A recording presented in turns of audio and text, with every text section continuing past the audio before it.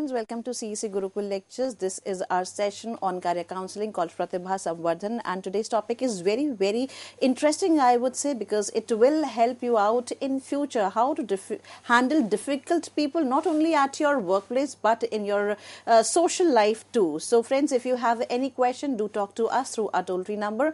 Our number is 1-800-110-430. I repeat, our number is 1-800-110-430. We are here to give answers to your question because we have with us in our studios eminent career counselor and psychologist Dr. Rishi Mishra. Through him, we are trying to understand different strategies, the survival strategy, how to handle difficult people.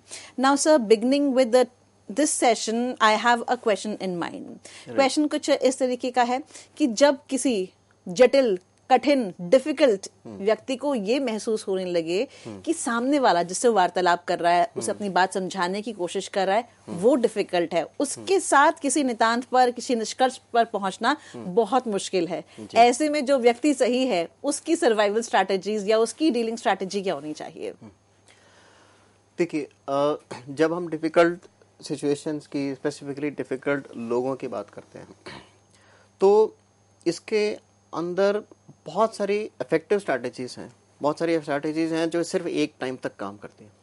लेकिन deep down the line एक strategy है perspective strategy.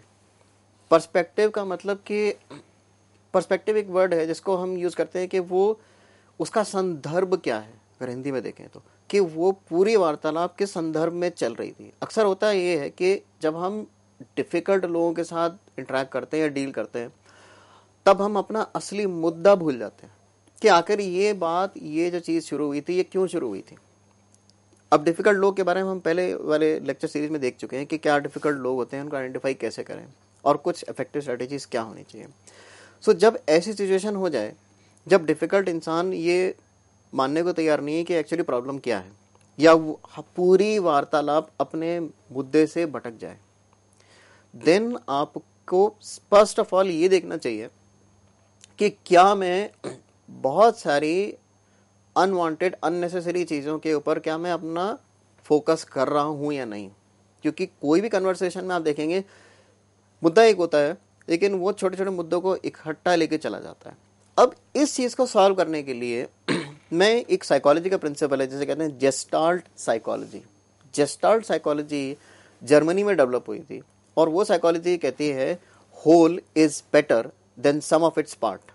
मतलब कि एक पूरा structure, एक पूरा image या पूरी ऑब्जेक्ट है ना, वो उसके छोटे छोटे चिन्ह से जिनसे वो बनी हुई है, वो हमेशा ही बेहतर रहती है।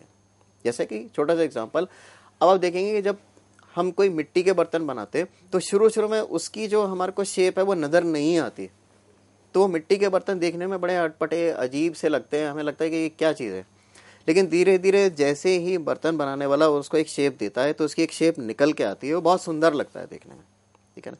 ऐसे ही जो डिज़ाइनिंग करते हैं, जो पेंटिंग करते हैं, वो देखते हैं शुरू में पेंटिंग में बहुत सारे छोटे छोटे एलिमेंट्स से वो चीज़ें नज़र नहीं आती। जब उस पेंटिंग की आउटलाइन बना दी जाती है, मान लीजिए अगर आप एक बादल को ड्रॉ कर रहे हैं, तो आपने अगर 2-3 लाइन ऐसे बनाई तो आपको बादल नज़र नहीं आएगा। लेकिन आपने ऐसे 2-3 माइल ऐसे बना के एक आउटलाइन दे दी, एक शेप दे दी, एक बॉडी दे दी, एक स्ट्रक्चर दे दी, तब आपको वह चीज़ समझ में आने लग जाती है और वो अच्छी लगती है। तो जेस्टाल्ट साइकोलॉजी के इसी फिनोमेना के हिसाब से अगर हम देखें, तो अगर हम कोई भी लेटर बनाते हैं, अगर मान लीजिए हमारी लाइफ या हमारे कन्वर्सेशन एक लेटर ए की तरह है। अब लेटर ए में 3 लाइन ऐसी होती है, 1 लाइन बीच में होती है। अब मान लीजिए हमने 2 लाइन तो बना दी, लेकिन तीसरी लाइन मिसिंग है, तो लेटर ए का पूरा मीनिंग नहीं आएगा। तो कहने का मतलब यह है कि ये जो छोटी चीज़ें हैं, इनका मेन मकसद, जो आपने बात कन्वर्सेशन शुरू की थी, या कोई भी किसी इंसान को हैंडल करना है, तो आपको ये देखना है, पहली बात आपका पर्पस क्या है उसको हैंडल करने का। तो वो आपको एक मीनिंग देगा, तो आपको एक स्ट्रक्चर देगा, आपको एक फॉर्मेट देगा जिसमें आपको काम करना है। देखिए, हमारे को लाइफ में हर मोमेंट पे, हर डिसीजन पे, हर स्ट्रैटेजी में एक लक्ष्य चाहिए।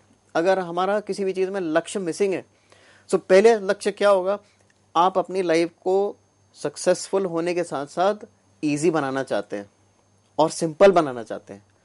किसी एक महान मनोवैज्ञानिक ने बोला था, किसी भी चीज़ को सिंपल बनाना सबसे ज़्यादा मुश्किल होता है।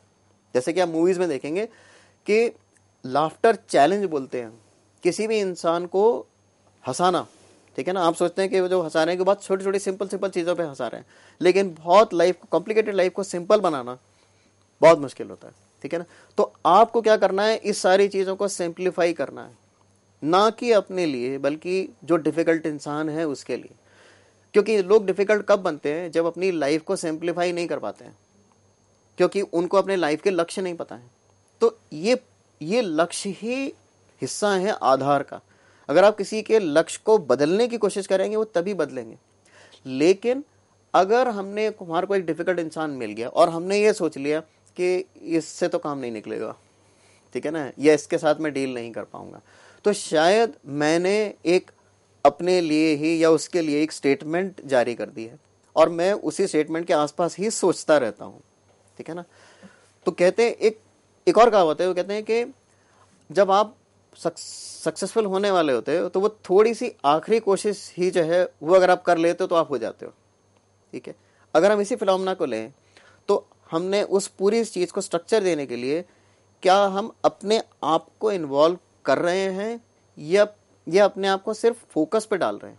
अगर हम हर कन्वर्सेशन में ये हम सोचें कि हम हर कन्वर्सेशन के अंदर जीत जाएंगे या हमारा हर लॉजिक या हमारी कही हुई बात हर बात सामने वाला मानने को तैयार होगा, देन हम क्या कर रहे हैं, हम अथॉरिटेरियन बन रहे हैं। Authoritarianism breeds authoritarianism.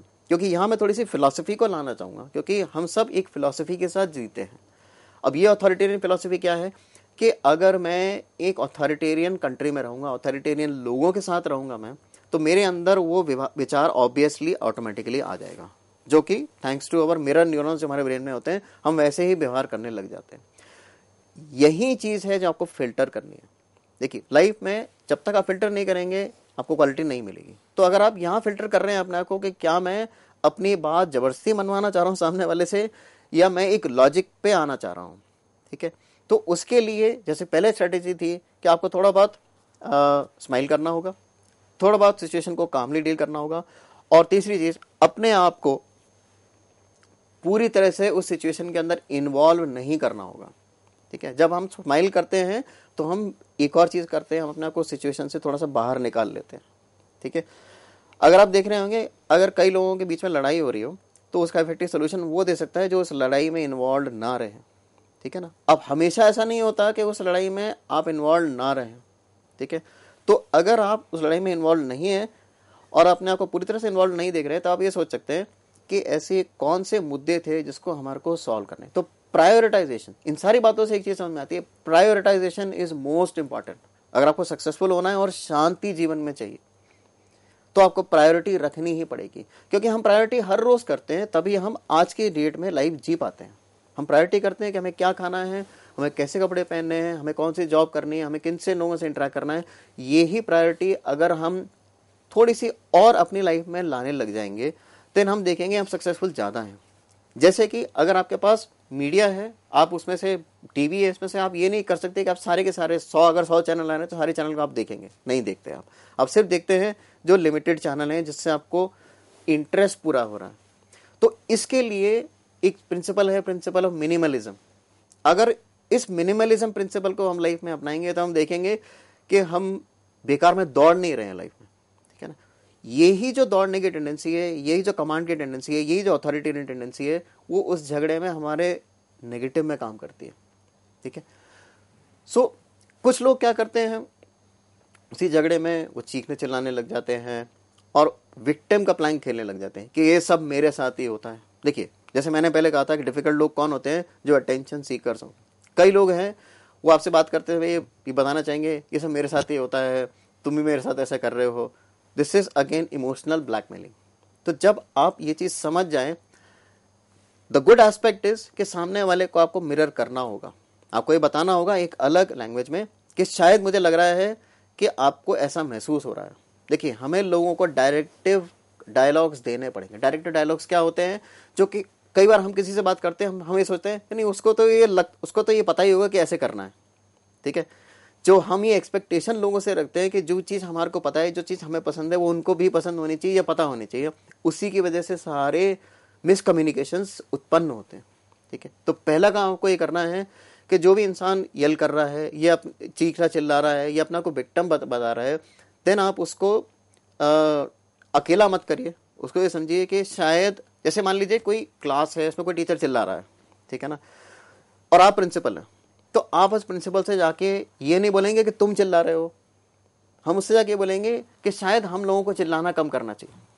तो हम क्या कर रहे हैं कि हमें पता है कोई टीचर डिफिकल्ट है, उसकी आदत बन चुकी है बच्चों में चिल्लाने की, तो हम सीधा सीधा उसकी पर्सनालिटी पे अटैक ना करके उसकी, अगर हम किसी की पर्सनालिटी पे अटैक करते हैं तो हम ईगो डिफेंस की वॉल बढ़ा देते हैं, और जहां ईगो डिफेंस सामने आ जाता है कम्युनिकेशन खत्म हो जाता है। तो पहला काम आपको क्या करना है, इस चीज में इन्वॉल्व करना है कि शायद हम सब लोगों को चिल्लाना बंद करना चाहिए।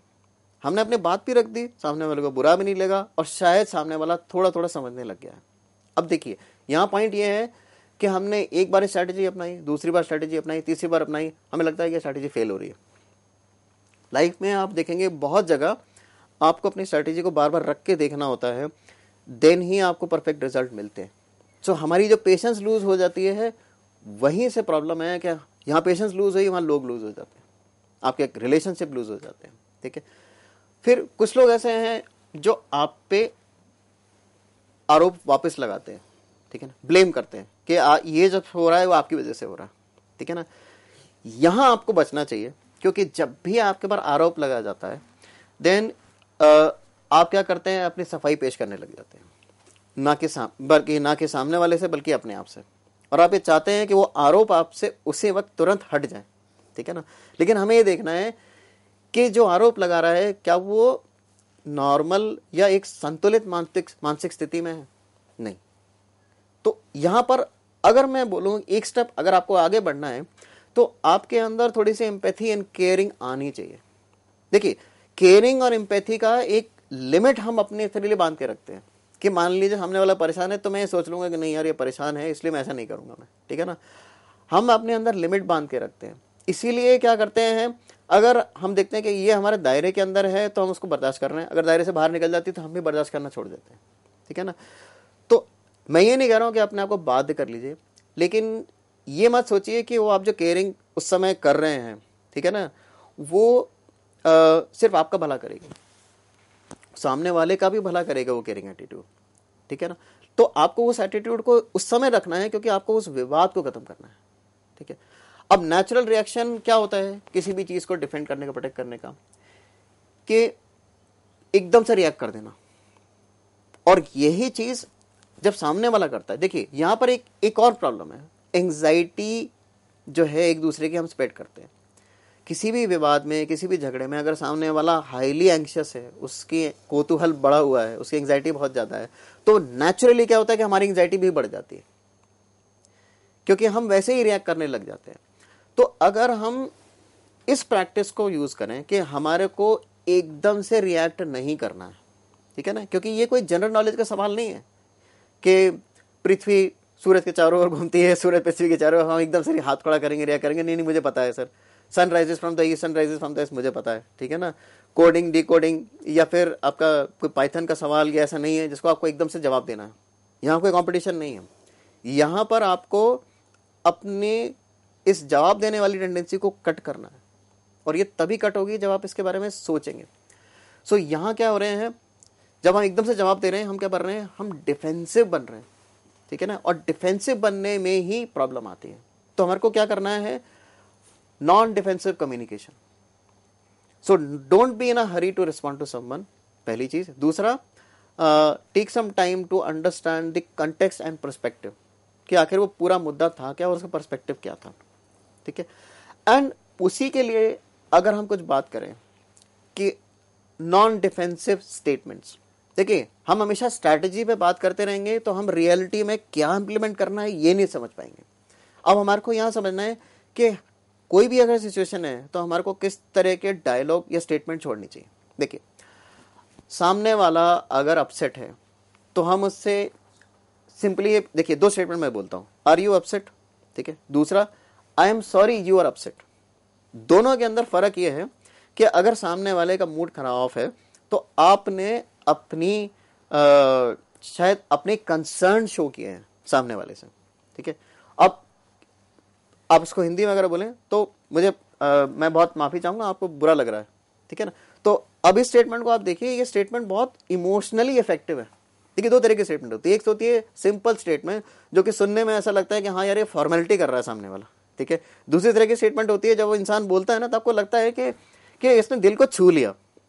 तो जब आप किसी भी इंसान के इमोशनल स्ट्रक्चर को अपलिफ्ट कर देते हैं, ठीक है ना, आपको किसी विवाद में अगर सामने वाले की ईगो को आपने अपलिफ्ट कर दिया, जैसे आप देखेंगे मार्केटिंग स्ट्रैटेजीज क्या होती है, आप किसी मॉल के अंदर जाइए या शोरूम के अंदर जाइए, कार के शोरूम में अंदर जाइए, तो वो चाहते हैं कि आपकी ईगो अच्छी इन्फ्लेटेड रहे, आपकी ईगो अच्छी रहे, आपका मूड अच्छा रहे, ताकि आप सही डिसीजन लें। और अच्छे मूड में, ये बहुत सारी साइकोलॉजी स्टडीज में की गई है, जब मूड अच्छा होता है तो लोग खर्चा ज्यादा करते हैं, ठीक है ना। तो आपने क्या करना है, अगर लोगों को इमोशनल खर्चा करवाना है अपने आप पे, तो आपको उनका मूड अच्छा करना ही पड़ेगा, ठीक है। तो आपने अपनी इन्वॉल्वमेंट दे दी। दूसरी स्टेटमेंट क्या होगी, I can understand how you might see it that way, ठीक है ना।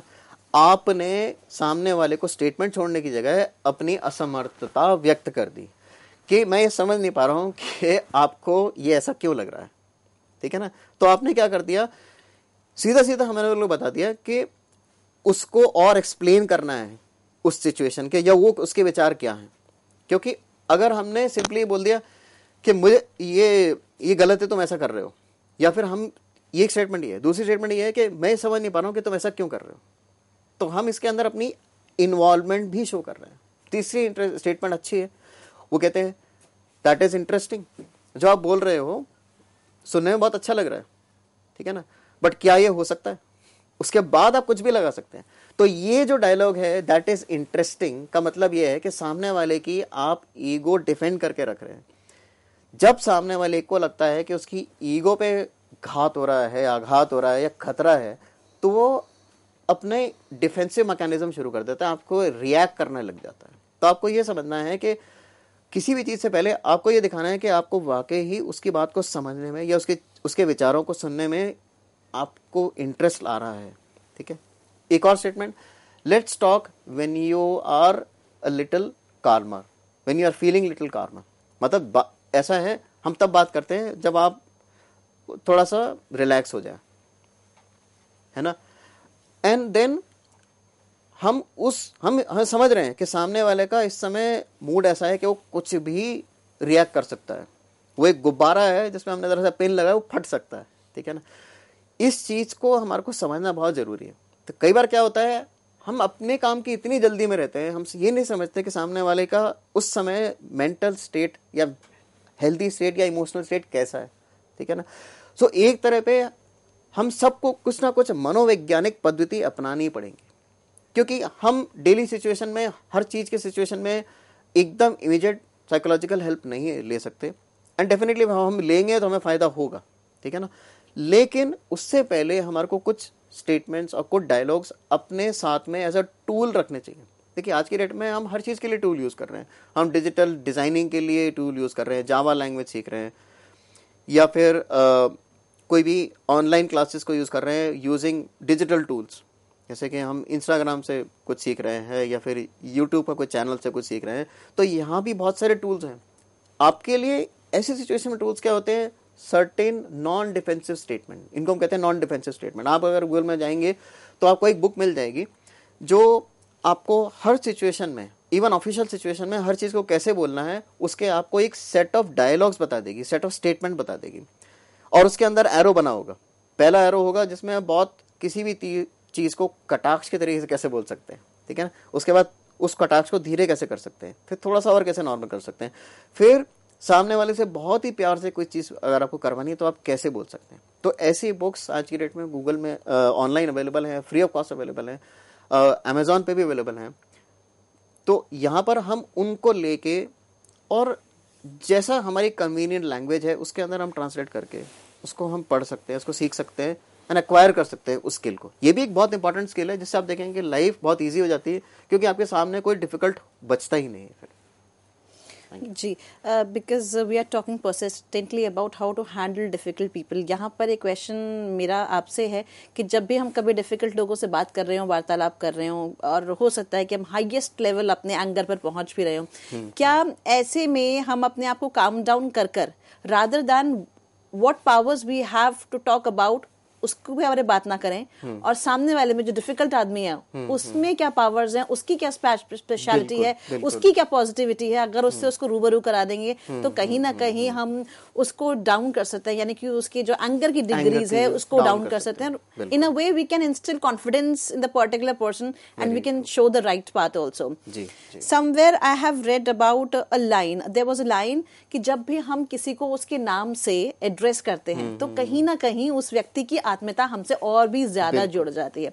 तो जब इस तरीके के कॉन्वर्सेशंस हो रहे हों, जब दो लोग आपस में बात कर रहे हो और एक उसमें से डिफिकल्ट व्यक्ति हो और दूसरा समझदार हो, तो क्या एक समझदार व्यक्ति के लिए उस डिफिकल्ट आदमी को बार बार उसके नाम से रूबरू कर उसे और बार बार उसको एड्रेस कर वो उसे कहीं ना कहीं खुद से जोड़ सकता है? Is it possible? बिल्कुल, क्योंकि जब हम किसी को नाम से बुला रहे हैं तो हम पर्सनलाइजेशन कर रहे हैं, उनको फिजिकली नहीं, उनको इमोशनली भी इन्वॉल्व कर रहे हैं, उनकी एक आइडेंटिटी को हम यूज कर रहे हैं और वो अपने को उस चीज से जुड़ा हुआ मान रहे हैं और आपके प्रति उनका जो विचार है वो बहुत अच्छा हो जाता है. तो somewhere in the persons in the corner of the persons mind he feels के आप कहीं ना कहीं उसके जीवन का हिस्सा हैं.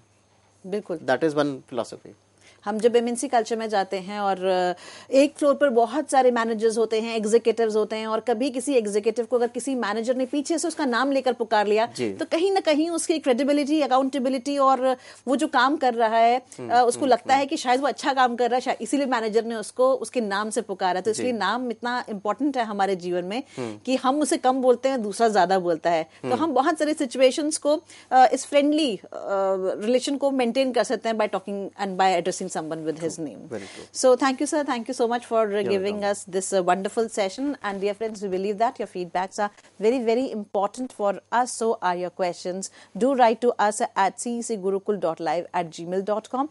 And this was a very enriching lecture which we have conducted, and we are going to upload this on YouTube.